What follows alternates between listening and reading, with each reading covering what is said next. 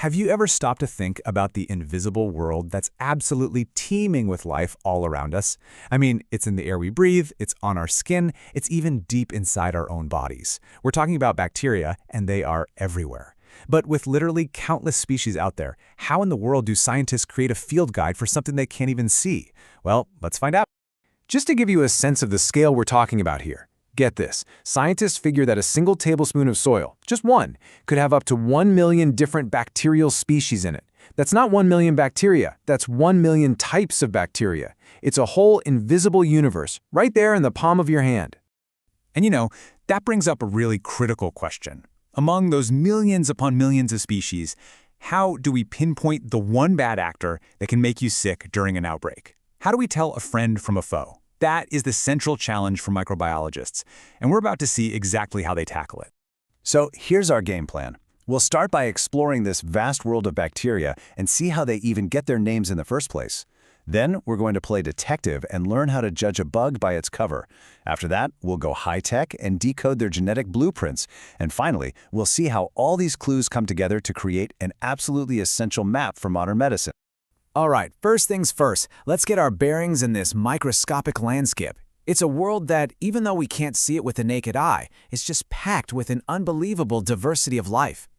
I mean it when I say bacteria are everywhere. In the air, in our food, on every single surface we touch. They even set up shop on and inside our bodies.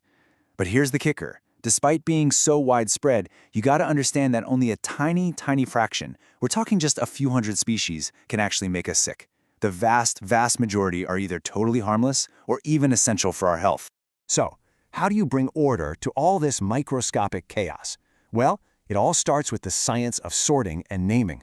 It's a system that gives everyone a shared language to navigate this invisible world. And that science is called taxonomy. It was actually established way back in the 1700s by a botanist named Carl Linnaeus. This guy created a structured system for defining and recognizing all living things, and his framework was so brilliant that it's still the foundation we use today. Pretty amazing, right? For bacteria, we use this beautifully simple system called binomial nomenclature.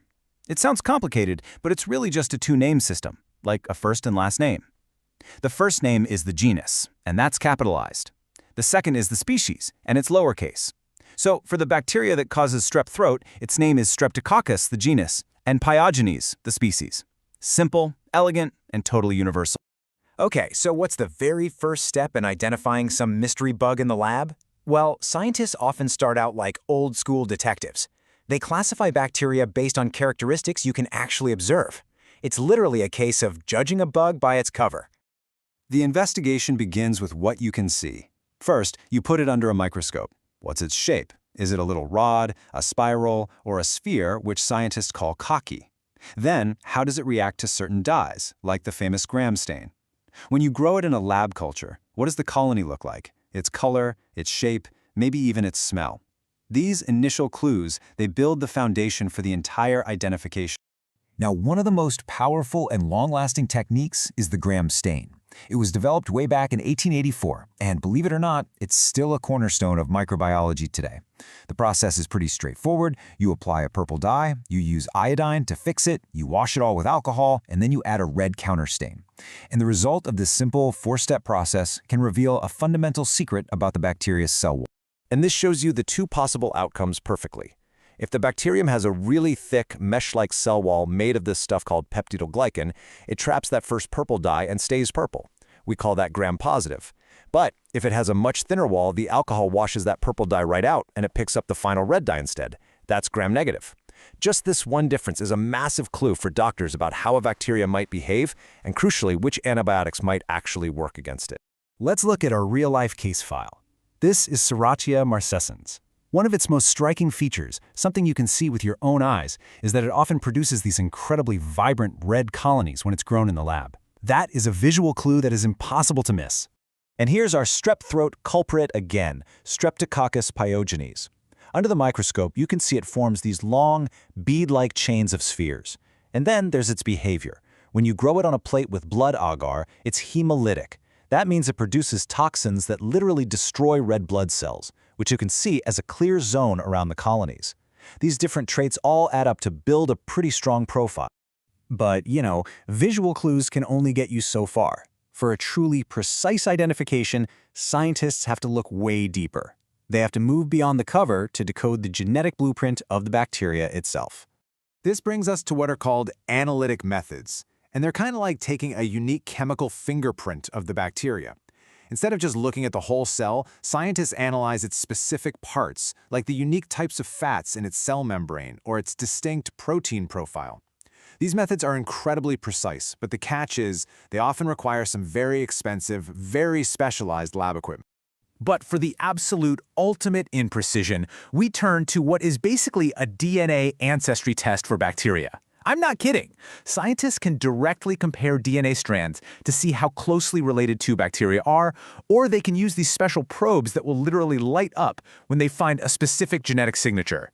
These genetic methods are unbelievably fast and accurate, which is so important when you're trying to track the spread of a dangerous strain during an epidemic. Now, the gold standard in bacterial genetics, the one that everybody relies on, is sequencing the 16S ribosomal RNA gene. So what's so special about this one gene? Well, it's what we call highly conserved. That means it changes very, very slowly over evolutionary time. So by comparing the sequence of this one gene, scientists can map out precise family relationships between different bacteria with incredible accuracy. It's the ultimate family tree. So we've got all these amazing techniques, right? From simple stains to complex gene sequencing.